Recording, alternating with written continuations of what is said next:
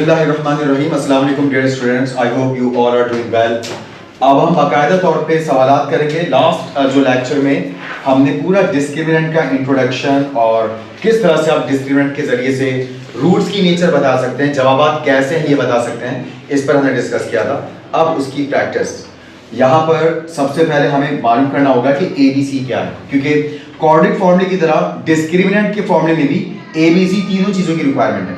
तो आप जानते हैं कि एक्स स्क्वायर के साथ जो नंबर लिखा होता है उसे हम a कहते हैं, जो x के साथ नंबर लिखा होता है यानी कि वेरिएबल की पावर 1 के साथ उसे हम b कहते हैं, और जो नंबर अलग थलग लिखा होता है उसे हम c कहते हैं, और साइन समेत वैल्यूज को हम लिखते हैं। ये आ गया ABC। अब हम मालूम करेंगे डिस्क्रिमिनेंट। तो हेडिंग आ गई टू फाइंड डिस्क्रिमिनेंट, जिसको आप डेल्टा से शो करते हैं। तो डेल्टा इक्वल्स टू फॉर्मूला लिखा b square minus 4ac, delta equals to b square 5 का स्क्वायर 4ac, a का मतलब 1 और c का मतलब -6। डेल्टा इक्वल्स टू 5 का square 25 minus minus plus 4 1s are 4 and 4 6s are 24, और डेल्टा बराबर आ रहा है 49। तो 49 ये चारों केसेस जो हमने लास्ट लेक्चर में बहुत तफसील से डिस्कस किए थे, इन चारों केसेस में जो 49 है केस नंबर 4 पर पूरा उतर रहा है, क्योंकि एक परफेक्ट स्क्वायर है, यानी कि ये रूट से बाहर आ जाएगा। 49 का स्क्वायर रूट क्या होता है? 7 होता है। 7 मल्टीप्लाई बाय 7 49 होता है। तो सिंपल हम यहाँ क्या लिखेंगे? Delta is a perfect square. इसका मतलब रूट्स आर रियल, और परफेक्ट स्क्वायर का मतलब है स्क्वायर रूट खत्म हो चुका है, तो इसलिए वो क्या है? रैशनल, और साथ ही साथ अनइक्वल, क्योंकि दो अलग अलग जवाब आने वाले हैं। यानी कि अगर आपने इस क्वाड्रेटिक इक्वेशन को सॉल्व किया तो आपको दो जवाब मिलेंगे, दोनों एक दूसरे से अलग अलग होंगे। इसकी तस्वीर खींचने फिर नेक्स्ट पार्ट करते हैं। Let's do the second part. याद रखिएगा, चाहे आपको डिस्क्रिमिनेंट मालूम करना हो या क्वाड्रेटिक इक्वेशन को क्वाड्रेटिक फॉर्मूले से सॉल्व करना हो, तमाम की तमाम टर्म्स को कहां होना चाहिए? लेफ्ट हैंड साइड पर। तो पहले तो इसको आप अरेंज करें। 6x को वहां से उठा के यहां ले आए, यहां पर आके 6x क्या हो जाएगा? माइनस, और इक्वल टू इधर क्या रह गया? 0। अब हमें पता लगाना होगा कि a क्या है, b क्या है और c क्या है। तो x स्क्वायर के साथ क्या है? 1, x के साथ क्या है? -6 जो b हो गया, और कांस्टेंट क्या है? 0, क्योंकि यहां x स्क्वायर और -6 के बाद कोई और नंबर मौजूद नहीं है। अब हम डिस्क्रिमिनेंट मालूम कर लेते हैं ताकि नेचर बता सकें। डिस्क्रिमिनेंट का फॉर्मूला होता है b square minus 4ac। Discriminant equals to b का मतलब -6 का स्क्वायर माइनस 4ac, a का मतलब 1 और c का मतलब 0। स्क्वायर से माइनस साइन क्या हो जाएगा? खत्म हो जाएगा। 6 का स्क्वायर क्या हो जाएगा? 36, और minus 4 1s are 4 and 4 0s are 0। 36 minus 0 36। तो ये भी केस नंबर 4 बन गया, क्योंकि 36 भी परफेक्ट स्क्वायर है, और माइनस साइन स्क्वायर की वजह से खत्म हो गया। तो याद रखिएगा, जब ब्रैकेट के अंदर माइनस हो और बाहर इवन पावर हो, 2 4 6 8 इस तरह की कोई भी पावर हो, तो माइनस साइन क्या हो जाता है?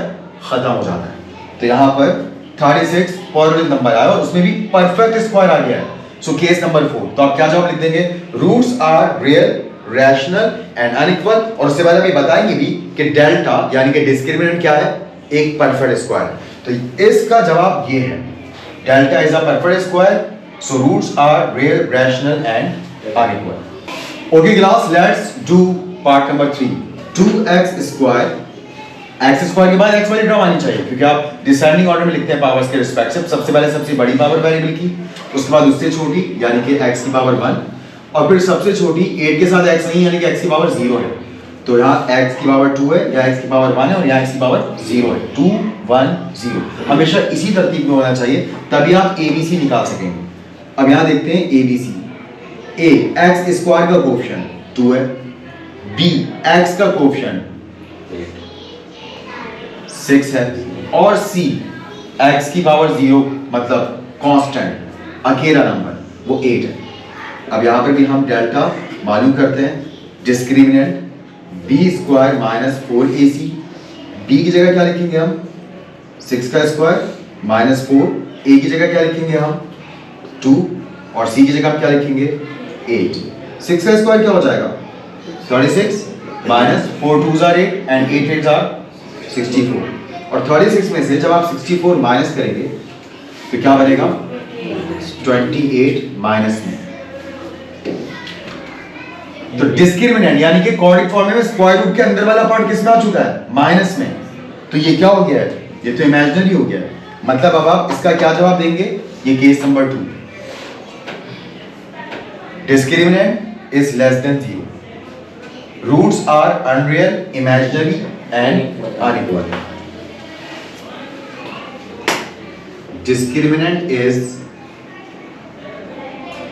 negative so roots are unreal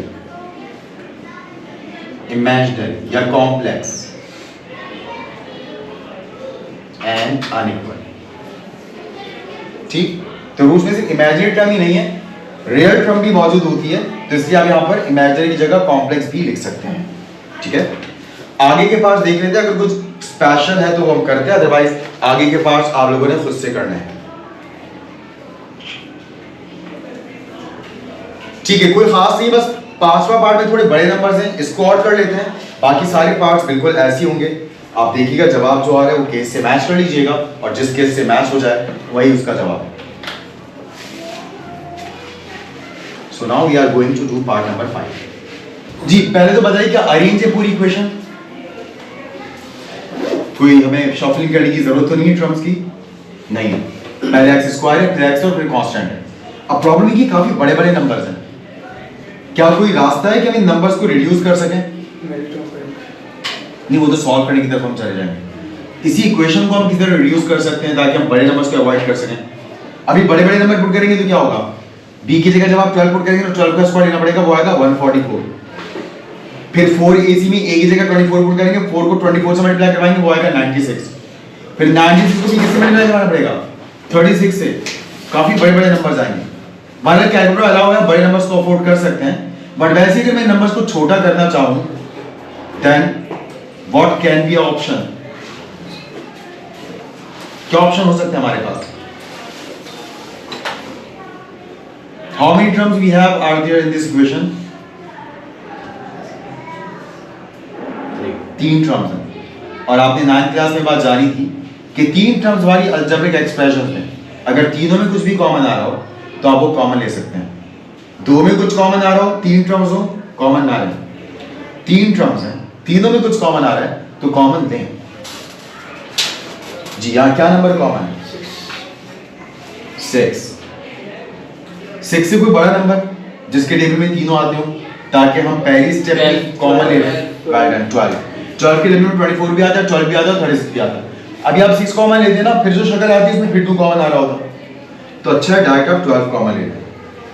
12 2s are 24, 12 बाहर है, 12 1s are 12 होता है, वहां लिखने की जरूरत नहीं है, x रह गया, और 12 3s are 36।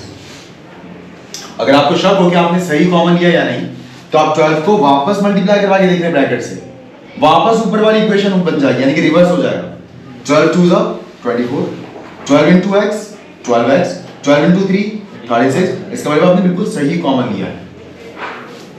क्योंकि जब आप सही कॉमन लेंगे मल्टीप्लाई कर वापस जो जैसा ऊपर था वैसा बन जाएगा। अब 12 इधर क्या कर रहा है, ब्रैकेट को मल्टीप्लाई, वहां जाके 0 को क्या करेगा, और 0 डिवाइड बाय 12 क्या हो जाएगा 0, मतलब 12 क्या होने वाला है गायब। अब क्या रह गया हमारे पास से 2x square plus x plus 3 equals to 0। अब देखिए कितनी सिंपल सी इक्वेशन बन गई।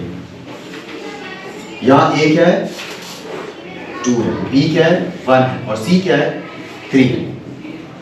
डिस्क्रिमिनेंट मालूम करते हैं, b square minus 4ac, b square minus 4ac। b की जगह क्या आ जाएगा 1, a की जगह क्या आ जाएगा 2, और c की जगह क्या आ जाएगा 3। 1 का स्क्वायर क्या होता है 1 होता है, minus 4 2s are 8 and 8 3s are 24। 1 minus 24 minus 23, minus 23 negative, मतलब रूट्स अनरियल है, इमेजिनरी है और अनइक्वल है। ठीक, क्योंकि हमारे पास जो डिस्क्रिमिनेंट है वो क्या है नेगेटिव आया है, तो केस नंबर 2 लगेगा। गॉट इट, समझ आया अच्छी तरह से। बाकी सारे पार्ट्स आप लोगों ने खुद से करने हैं। इंशाल्लाह नेक्स्ट क्लास में हम नेक्स्ट क्वेश्चन से कंटिन्यू करेंगे। फॉर द टाइम बिंग अल्लाह हाफ़िज़, टेक केयर।